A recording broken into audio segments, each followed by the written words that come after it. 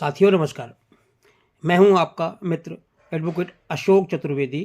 आपके अपने legal channel Ashok legal ocean पर आपका एक बार फिर से स्वागत है। साथियों, आज की विधिक जानकारी की श्रृंखला में हम एक बहुत महत्वपूर्ण विषय पर चर्चा करने वाले हैं और वो विषय है 2020 का माननीय सर्वोच्च न्यायालय का जो जजमेंट है रजनीश वर्सेस नेहा का। अगर आप साथियों भरण पोषण के केस से गुजर रहे हैं तो ये आज का जो वीडियो है जिस पे मैंने कुछ बिंदुओं पर प्रकाश डाला है, मैं समझता हूँ कि आपके लिए बहुत ही महत्वपूर्ण साबित होगा। तो आपसे मेरी रिक्वेस्ट है कि कृपया वीडियो के अंत तक बने रहें और इसको पूरा देखें। साथियों, सबसे पहले तो मैं आपसे कहना चाहूँगा कि ये जजमेंट चूँकि माननीय सर्वोच्च न्यायालय का था और सर्वोच्च न्यायालय कि जो भी जजमेंट रहता वो एक तरह से कानून हो जाता है, तो उस पर कुछ कमेंट करना या कुछ उसकी गलतियां निकालना या कुछ भी करना वो मैं नहीं समझता हूँ, न मेरे अधिकार में है और न मैं करना चाहता हूँ। फिर भी मैं इसमें जो सबसे पहली बात करना चाहता हूँ कि हमारा जो संविधान है, संविधान का अनुच्छेद 14 ये कहता है कि किसी भी महिला पुरुष यानी मतलब लिंग भेद न करते हुए या कोई बच्चे हैं तो उनके लिए भी या किसी के लिए भी कोई स्थान में कहीं भी रह रहा है उसके लिए मतलब इक्वल न्याय और उसको एक नज़र से देखा जाएगा। मतलब धर्म, नस्ल, लिंग और जन्म स्थान वगैरह का कोई भेद नहीं किया जाएगा। साथियों, ये तो संविधान में लिखा हुआ है, लेकिन अगर इसके इतर देखें धरातल की रियलिटी तो आप सभी लोग जानते हैं, हमारे पुरुष मित्र, कि कानून कहने के लिए तो कानून है। अब मैं उस पर क्या बोलूं, लेकिन कितना पुरुष लोग पीड़ित होते हैं और कितनी पुरुषों की बात सुनी जाती है वो आप सब लोगों से छिपी नहीं है।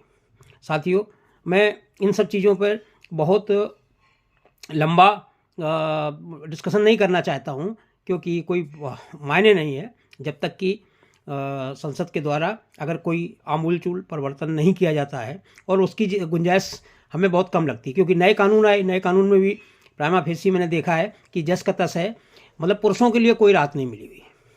महिला जो कह दे वही सही है। पुरुष हमेशा से पुरुष को अत्याचारी की निगाह से देखा जाता है। मैं महिला विरोधी नहीं हूँ, मैं फिर आपको ये बात कह दूं कि मैं महिला विरोधी नहीं हूँ, लेकिन जो महिलाओं के लिए जो कानून एक पक्षी बने हुए हैं जो कि बिल्कुल जेंडर बाइज्ड लॉ हैं, उनका मैं विरोधी हूँ। भाई, आप महिला सशक्तिकरण करो ना, बहुत अच्छी बात है। मेरी भी घर में मेरी बहन है, मेरी बुआ है, मेरी पत्नी है, सबके घर में महिलाएं रहती हैं। तो महिलाओं का सशक्तिकरण तो बहुत ज़रूरी है। बिना महिलाओं के सशक्तिकरण के बात आगे नहीं बनेगी।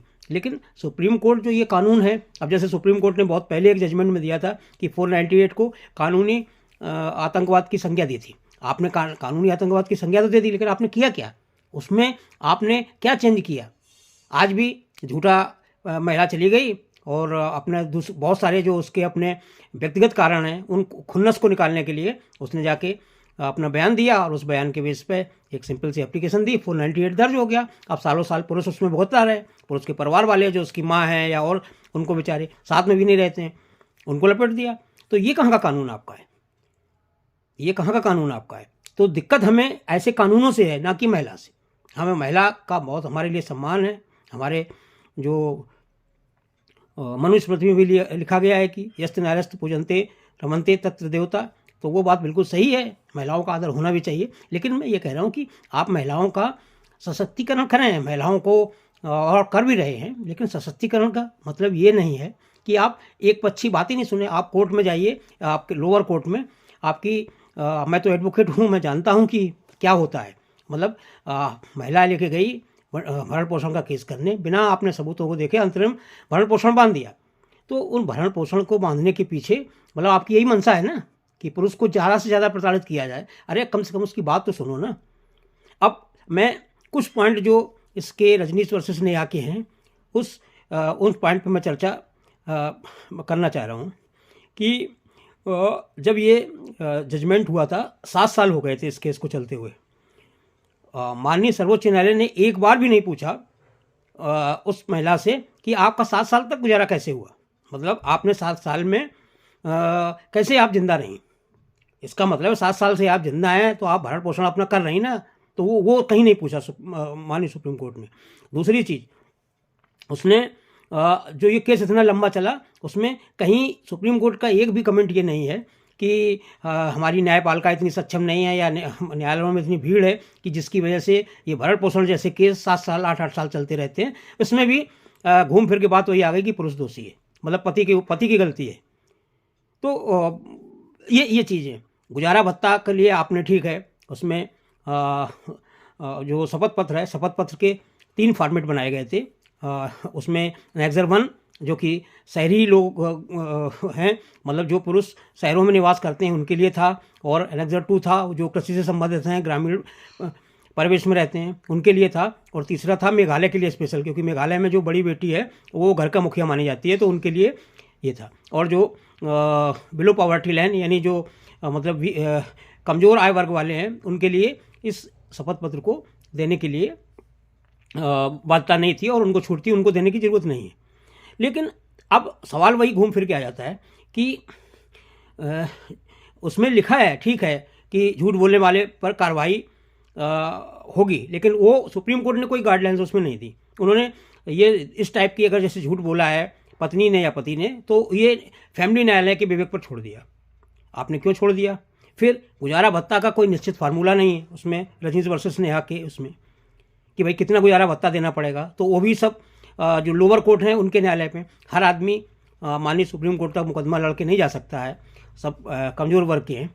तो अगर आपने एक निश्चित फार्मूला उसमें तय कर दिया जाता, जब इतना सब कुछ हुआ था कि भाई इतनी आय है तो इतनी आय का इतनी परसेंटेज आपको गुजारा भत्ता देना पड़ेगा, एक जनरल कुछ तो कोई फार्मूला नहीं, छोड़ दिया कि उनके विवेक पर है। तीसरा कि तलाक के बारे में, भाई एक दूसरे से लिंक है ना, अगर डाइवोर्स का केस चल रहा है तो डाइवोर्स के केस में भी आपको एक गाइडलाइन देनी चाहिए थी ना कि ये डाइवोर्स का केस इतने दिन में निपटा दिया जाएगा। मेंटेनेंस 7 साल से दिया जा रहा है, अंतरिम मेंटेनेंस का केस निपटाया नहीं जा रहा है, और डाइवोर्स के लिए आपकी कोई गाइडलाइंस नहीं। डाइवोर्स के लिए बस कितनी खाना पूर्ति होके और कितने जल्दी होता है सब सब लोग जानते हैं सभी को। तो अब अंतरिम भत्ता है, अंतरिम भत्ता मानने के लिए कोई साक्ष्य मानने कोई नहीं, पत्नी ने एप्लीकेशन झूठ सच जो भी दी और वो मान करके अंतरिम भत्ता बांध दिया। अब वो केस 7 साल तक चले, देते रहो 7 साल तक अंतरिम भत्ता। हाँ, अब ये सारी चीज़ें मैं इसलिए कर रहा हूँ कि इनमें माननीय सुप्रीम कोर्ट ने एक गाइडलाइंस बनानी चाहिए। आज भी किसी भी एक गाइडलाइंस इन चीज़ों में दे सकती है कि जो कि बहुत बड़े जो विवाद हैं, बहुत बड़ा समय बर्बाद होता है, वो हो सकता है। अब मैं इसमें अच्छाइयाँ भी थी, इसमें अच्छाइयाँ ये थी कि जब एफिडेविट वाला मामला आ गया तो कोई एक दूसरे की आय छिपा नहीं सकते। दूसरे, जैसा कि आपको मालूम है कि पत्नी अगर वो हिंदू है तो 5 जगह से मेंटेनेंस ले सकती है। HAMA मतलब Hindu adoption and maintenance act, दूसरा हिंदू मैरिज एक्ट HMA, और CRPC 125 से, डोमेस्टिक वायलेंस एक्ट से, और स्पेशल मैरिज एक्ट से।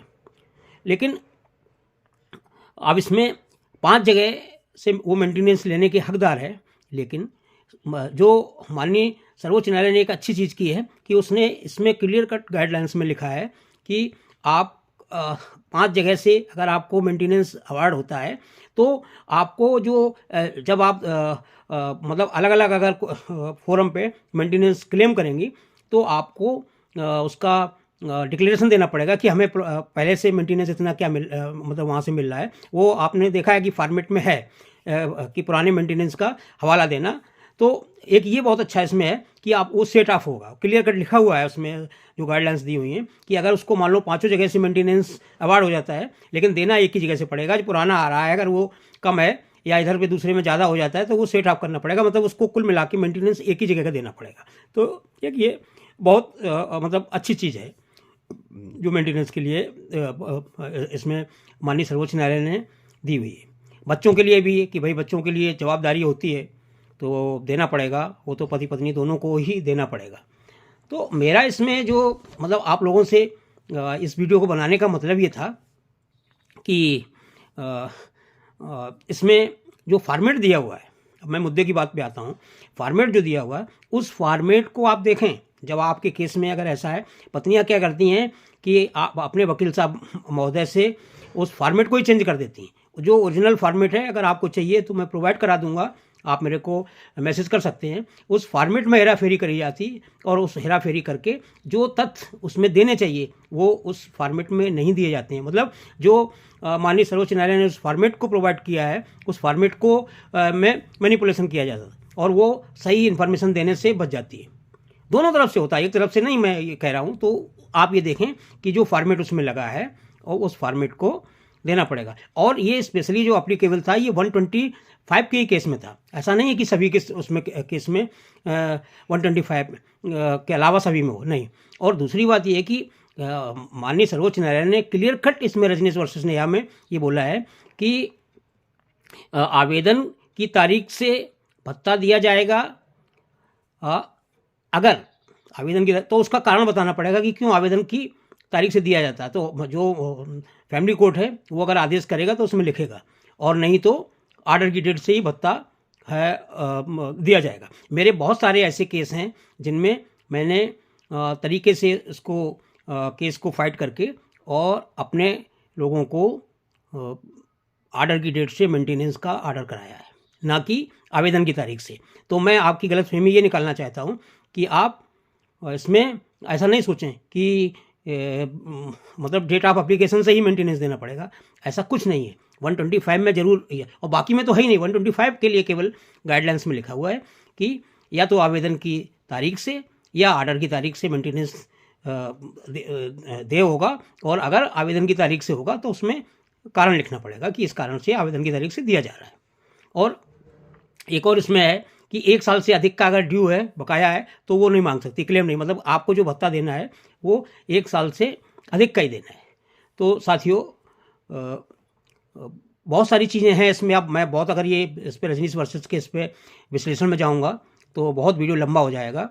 लेकिन फिर भी मैं मुख्य चीज़ एक और आपको बता देता हूँ कि उसमें भी लिखा है कि वर्ष 2021 के बाद से अगर शादी कर रहे हैं तो वो फॉर्मेट साइन करना पड़ेगा पति पत्नी दोनों को। तो ये कि हमने इतने लाख दिया, हमने उतने लाख दिया, वो भी सब मामला पूरा ख़त्म हो जाएगा।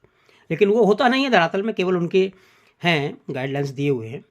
तो यही चीज़ मुझे आपको बतानी थी कि आप अपने केस को बहुत सीरियस होकर लड़ें, और अगर आपका मेंटेनेंस का आदेश हो जाता है तो मेंटेनेंस को लटकाए नहीं, क्योंकि इंटरिम मेंटेनेंस अगर आपने लटकाया तो फिर आखिरी में आपको बहुत भारी पड़ता है, जैसा कि रजनीश वर्सेस नेहा के केस में हुआ था। लास्ट में सुप्रीम कोर्ट में भी जाते जाते 2.5 लाख का उसका बकाया था, और उसने सुप्रीम कोर्ट ने बोल दिया कि सुप्रीम कोर्ट में उसने बोला कि मेरे पास अब देने के लिए कुछ भी नहीं है, ये 2.5 लाख रुपए मैं नहीं दे सकता हूँ, सब उसने बोला। लेकिन माननीय सर्वोच्च न्यायालय ने इस बात को नहीं माना। उसने बोला कि नहीं, आप फैमिली कोर्ट में जो बकाया है उसको जमा करें। तो कृपया अगर आपका इंटरिम मेंटेनेंस बांध दिया जाता है और अगर उस पर कोई स्टे वगैरह नहीं है तो आप नियमित रूप से दें, जैसे भी करके दें, नहीं तो लंबी रकम हो जाएगी, एरियर बहुत भारी पड़ता है और फिर आप लोगों के लिए बहुत सारी असुविधा हो सकती है, परेशानी हो सकती है। तो इंटरिम मेंटेनेंस को आप टाइम से दें और अपने केस को लड़ें। सफलता जरूर मिलेगी, ऐसा नहीं है कि सफलता नहीं मिलेगी। मैं जानता हूँ कि पुरुषों की थोड़ा कम सुनी जाती है, क्योंकि अब उस पर मैं क्या बोलूँ, सब राजनीतिक कारण हैं, बहुत सारे कारण हैं, वो तो पुरुष ही अत्याचारी है। लेकिन कोई बात नहीं, आप अपने केस में बिल्कुल डिप्रेशन से बाहर होके और बहुत तरीके से लड़ें, सफलता आपको ज़रूर मिलेगी। बस आज के लिए इतना ही, फिर एक नई वीडियो के साथ आपके समक्ष उपस्थित होंगे। और साथियों, अगर मेरे वीडियो आपको ये अच्छा लगा तो इसको आप मेरे चैनल पर नए हैं तो अवश्य सब्सक्राइब कर दें और लाइक कर दें, बेल आइकन को दबा दें, ऑल पर शेयर कर दें, ताकि मेरे आने वाले वीडियो आपको बहुत सबसे पहले मिलें। साथियों, आप अपना ध्यान रखें और बहुत ध्यान रखें। और आज के लिए बस इतना ही। जय हिंद।